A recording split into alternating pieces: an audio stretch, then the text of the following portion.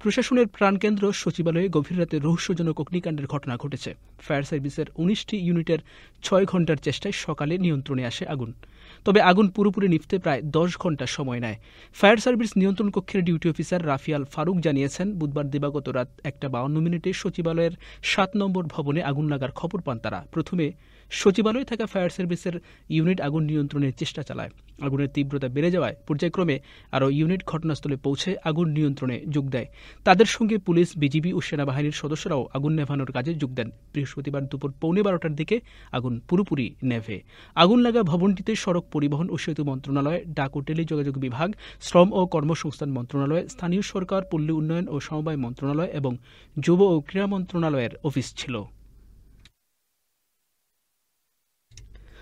এদিকে সচিবালয়ের ৭ নম্বর ভবনে লাগার আগুন নেভাতে এসে ট্রাক চাপায় ফায়ার সার্ভিসের এক সদস্য নিহত হয়েছেন। তার নাম সোহানুজ্জামান নয়ন। বৃহস্পতিবার সকাল ৬:৩০টার দিকে ফায়ার সার্ভিসের মহাপরিচালক ব্রিগেডিয়ার জেনারেল জাহেদ কামাল ঘটনাস্থলে এক ব্রিফিংয়ে এই তথ্য জানান। জাহেদ কামাল বলেন, পানির পাম্প থেকে লাইনের সংযোগ দিতে সড়ক পার হওয়ার সময় ট্রাকের ধাক্কায় সোহানুজ্জামান নয়ন আহত হন।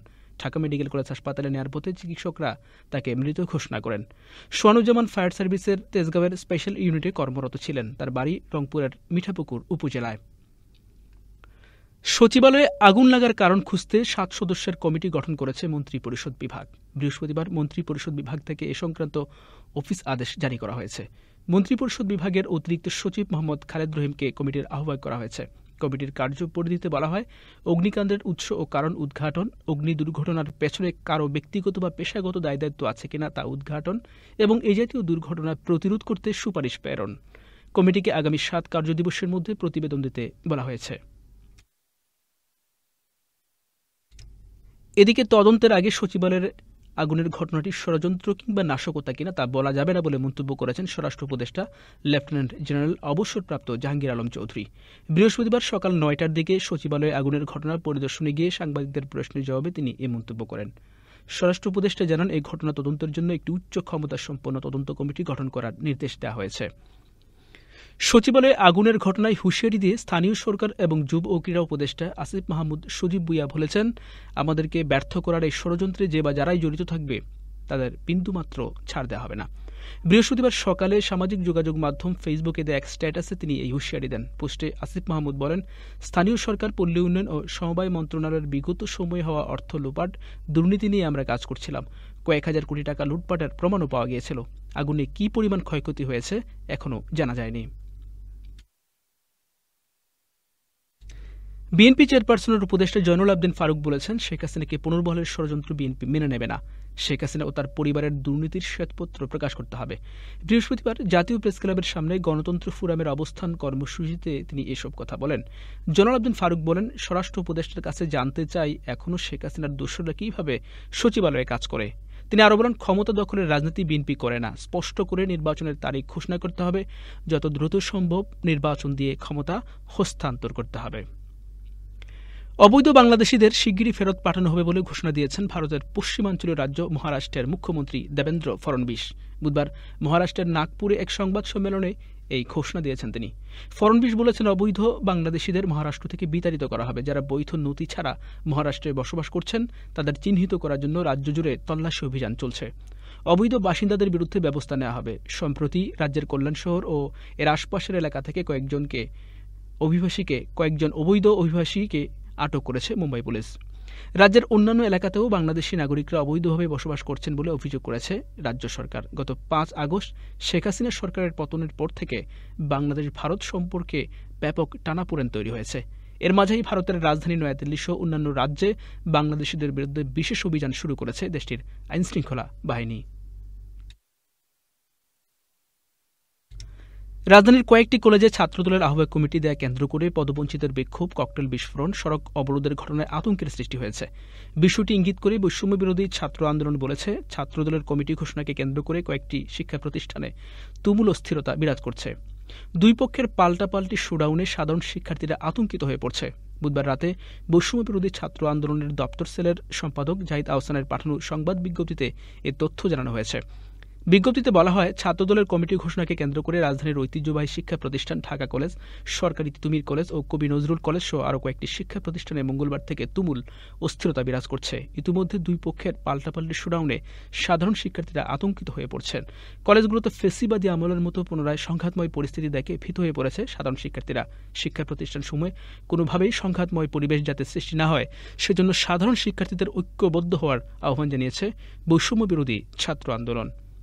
রংপুরে আত্মগোপনে থাকা পীরগাছা উপজেলা আওয়ামী লীগের সাধারণ সম্পাদক ও উপজেলা পরিষদের সাবেক চেয়ারম্যান মোহাম্মদ আবদুল্লাহ আল মাহমুদ মিলনকে গ্রেফতার করেছে যৌথ বাহিনী।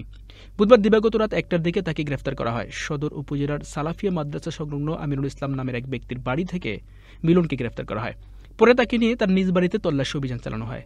এ বিষয়ে পীরগাছা থানার ওসি নুরে আলম সিদ্দিকী জানান, সাবেক উপজেলা চেয়ারম্যান মিলনের বিরুদ্ধে হত্যাসহ একাধিক মামলা রয়েছে। সিরিয়ায় কুর্দিপন্থী যোদ্ধাদের অস্ত্র সমর্পণের পরামর্শ দিয়েছেন তুরস্কের প্রেসিডেন্ট রিসেপ তাইয়েপ এরদোয়ান। তিনি বলেছেন, কুর্দি যোদ্ধারা যদি অস্ত্র সমর্পণ না করে তাহলে তাদের মাটিতে পুঁতে ফেলা হবে। বাশার আল আসাদের পালিয়ে যাওয়ার পর থেকে আঙ্কারা বারবার জোর দিয়ে বলেছে, কুর্দিপন্থী ওয়াইপিজি মিলিশিয়া গোষ্ঠীকে অবশ্যই বিলুপ্ত করতে হবে। সিরিয়ার ভবিষ্যতে এই গোষ্ঠীর কোনো স্থান নেই।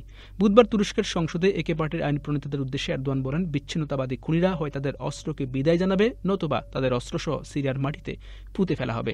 আমরা সেই সন্ত্রাসী সংগঠনকে নির্মূল করব যারা আমাদের এবং কুর্দি ভাই বোনদের মাঝে রক্তের প্রাচীর তৈরি করার চেষ্টা করছে। সিরিয়ার কুর্দিপন্থী ওয়াইপিজি মিলিশিয়া গোষ্ঠীকে নিষিদ্ধ ঘোষিত পিকেকের সম্প্রসারিত গোষ্ঠী হিসেবে দেখে তুরস্ক। এই গোষ্ঠীটি ১৯৮৪ সাল থেকে তুরস্ক রাষ্ট্রের বিরুদ্ধে বিদ্রোহ চালিয়ে আসছে।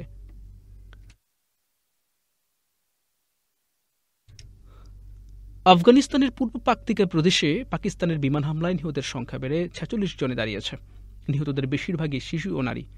এই হামলার ঘটনায় প্রতিবেশী দেশটির বিরুদ্ধে প্রতিশোধ নেওয়ার ঘোষণা দিয়েছে আফগানিস্তানের ক্ষমতাসীন গোষ্ঠী তালেবান। আফগানিস্তানের ৪টি স্থানে পাকিস্তানি বিমান থেকে বোমা হামলা চালানো হয়েছে বলে বুধবার তালেবানের এক মুখপাত্র জানিয়েছেন।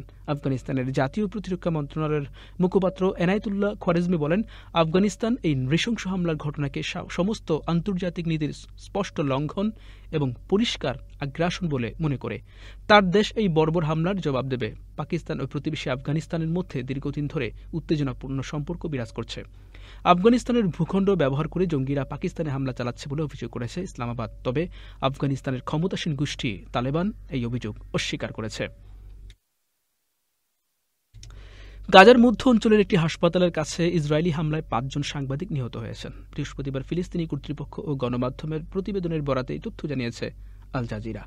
বৃহস্পতিবার সকালে আল জাজিরার সাংবাদিক আনাস আল শরীফ জানান, আল কুদস টুডে চ্যানেলের সাংবাদিকরা নুসেরাত শরণার্থী শিবিরে অবস্থিত আল আউদা হাসপাতালের কাছে ঘটনাবলী কভার করার সময় তাদের সম্প্রচার ভ্যানটি ইসরায়েলি বিমান হামলার শিকার হয়।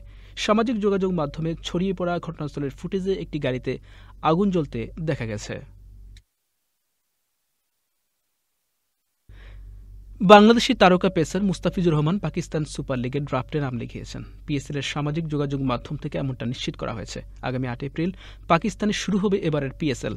লাহোর কালান্দাজ বনাম ইসলামাবাদ ইউনাইটেডের মধ্যকার ম্যাচ দিয়ে শুরু হবে পিএসএল এর ১০ম আসর।